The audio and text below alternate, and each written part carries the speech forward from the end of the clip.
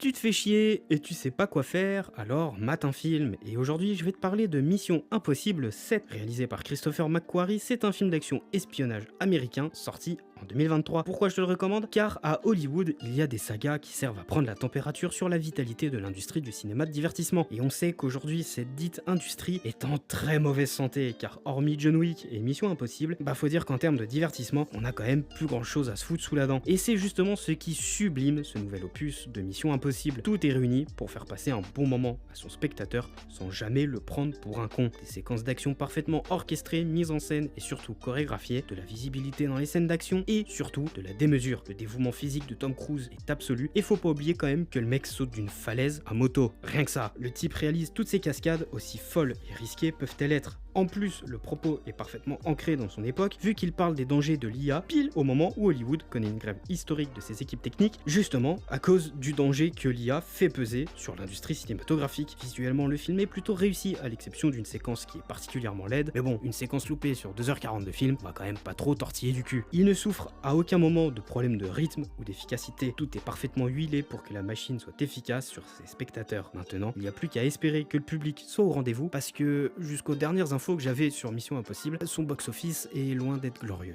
Le film est actuellement disponible en salle.